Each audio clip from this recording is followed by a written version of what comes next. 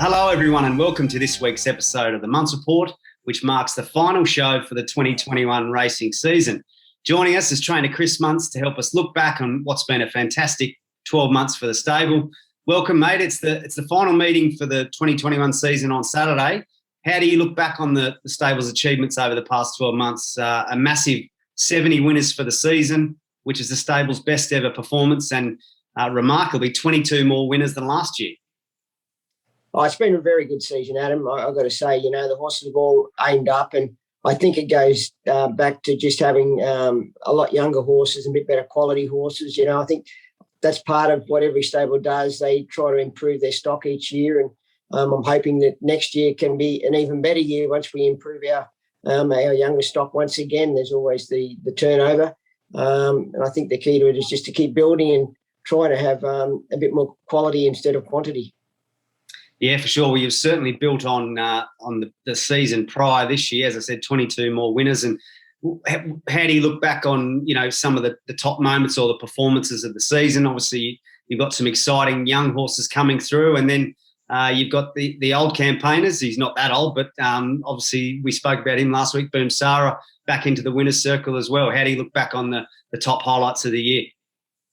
Yeah, well, certainly he was probably my most satisfying performance of the year, seeing him win the other day, albeit a short margin. I was so proud of the horse. He really put in. It took us a long while, but I mean, he's back in a good vein of form, and that's what training. That's one of the things with training. It's a lot of satisfaction when you see that happen. A horse like him stick his head out and win the way he did. It's very, it's a great thrill. Sure, and then I guess that there's exciting times ahead with this young crop that we've been speaking about throughout the year. Palaisapan, Rhapsody Rose, Bedini's Girl, lots of excitement ahead for those three who obviously performed at high level. Rhapsody Rose, stakes winner and twice stakes placed. And I guess the other thing, you talk about satisfaction, you purchased all three of these horses, so that must give you something as well. Yeah, it's a great thrill. I mean, she was certainly very strong, Rhapsody Rose, in all her races, and she's one tough filly. I'll give her that, very tough. And Palaisapan, she never let us down, although she was beaten her last start. First ever prep, winning 4 in a row. It was a great achievement to see her race the way that she did, and she certainly got a lot of upside. Also, Bedini's Girl, she didn't disgrace herself this preparation. She probably should have won 2 races. She had no luck at all whatsoever with barrier draws and the likes, but she still managed to be stakes placed, which certainly helps her CV when she does one day retire as a broodmare or a filly down the track. So, they're nice horses. Also, there's other horses like Everlast coming through, which is some really nice 2-year-olds, Military Gambler, Millwood and the likes. They're just to name a few nice young horses that are still, probably in my opinion, get to their full potential just yet. And also Stampy, I mean, he was a great flag bearer at the first part of the season, the way he sort of raced so honestly and really put in every time he went to the races. He was very brave and narrowly missed out in the Gateway instead of getting a run in the Stradbroke, but then coming out and winning in such tough manner. He's certainly been a stable stalwart, and he's a pleasure to have in our stable. And I guess apart from the horses, mate, you also had a great deal of satisfaction given the achievements of your apprentice, Justin Huxtable, and as he goes on to the next phase of his racing career. Yeah, yes. I mean, he gave me a lot of thrilling times watching him ride. He really, it was good to watch him ride in races. He's very smart, he's very strong, and he's a very good thinker, this young lad. And I was proud of him, to ride the win as he did when he put in as my apprentice, and that he never missed a morning. He was very, very solid and a good young boy in the stable. So I wish him all the best now that he's out of his apprenticeship, and hopefully he can go on and improve even more and hopefully become a leading rider up here in Queensland at some point.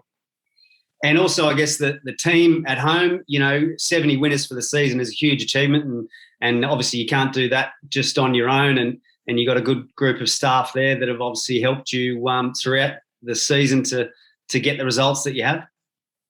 Oh, no doubt. I mean, it's too big a job for one person to do, and you've got to have the right people around you. And I'm very fortunate. I've got a lot of young staff, a lot of young people around me, but they do a terrific job.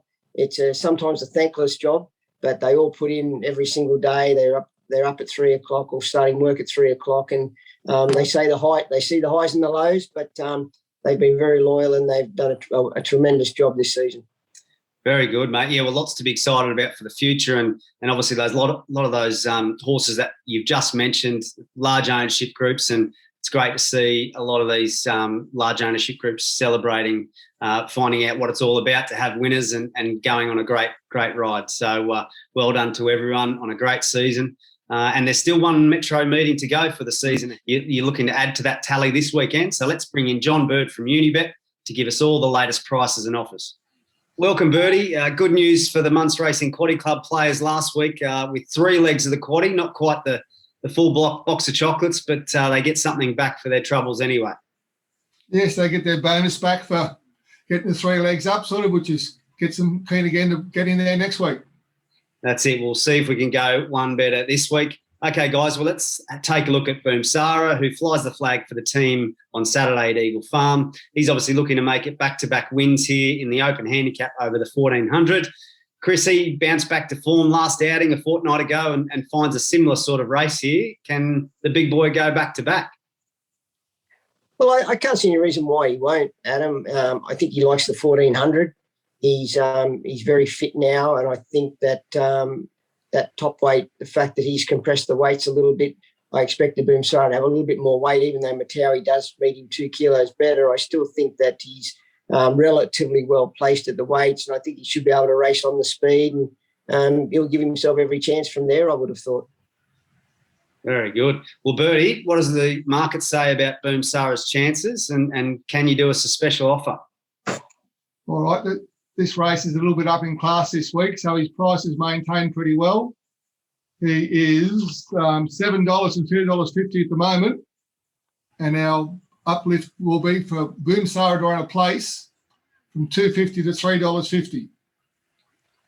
Very good. Great stuff. I like it. We've had a bit of success with the old the place uplift. So Chris is confident. So sounds like a good option for people there with the 3 place divs there. So good stuff, Bertie. Any other offers for Unibet worth mentioning over the weekend? Yes, the Unibet bonus this week is money back for 2nd and 3rd races 1, 2, 3, Randwick, Eagle Farm, Morfettville and Moonee Valley. Very good, Bertie. All right, well, thanks for the offer on Boom Sara, and best of luck for everyone for the weekend. All right, I'll try and find a Saturday winner for us. Saturday winner would be good. Okay, thanks, boys. Farewell. Thanks, Bertie.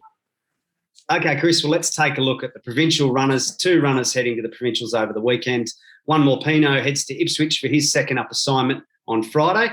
He was a nice first up run at big odds and steps up to the 1200 here, which you think would suit him? I think it will. He's racing himself into a bit of fitness now, and he'll present a very fit, healthy horse tomorrow at Ipswich. His coach cleaning up the way that I'd like it to. So I think with Justin on board, he'll get the right sort of run, and I'd expect him in this sort of a race. It's certainly he'd be very competitive. Okay, very good. And the final runner for the weekend is Rising Spirit, who's first up and a dual acceptor for Saturday at the Gold Coast and also Warwick on Monday. So have you got a leaning with Rising Spirit here, the filly first up? Oh, I think the fact she's drawn better at Warwick will head that way. It's cutest, which is obviously very inviting, particularly for a filly up here in Queensland. So we'll head with her there. Young Zach Spree can ride from a good draw. She should be able to travel just behind the speed. And she showed me quite a bit in her trials last prep, but was probably just that bit immature. And we threw her in the deep end for a first start. So long way back in grade on Monday. And she's, from a good draw, she should be in a race where she's going to be very competitive. Very good. Yeah, barrier 2 there for Zach Spree. Your apprentice who's in form had a double at Roma last weekend also. Yeah, he's going well, young Zach. He's improving. He's learning all the time. He's enjoying himself now, which is good. I think he thought it was all going to come a bit easy, but now he realises that, it's not all beer and Skittles. I think he's enjoying it a lot more, and it's coming out and he's riding.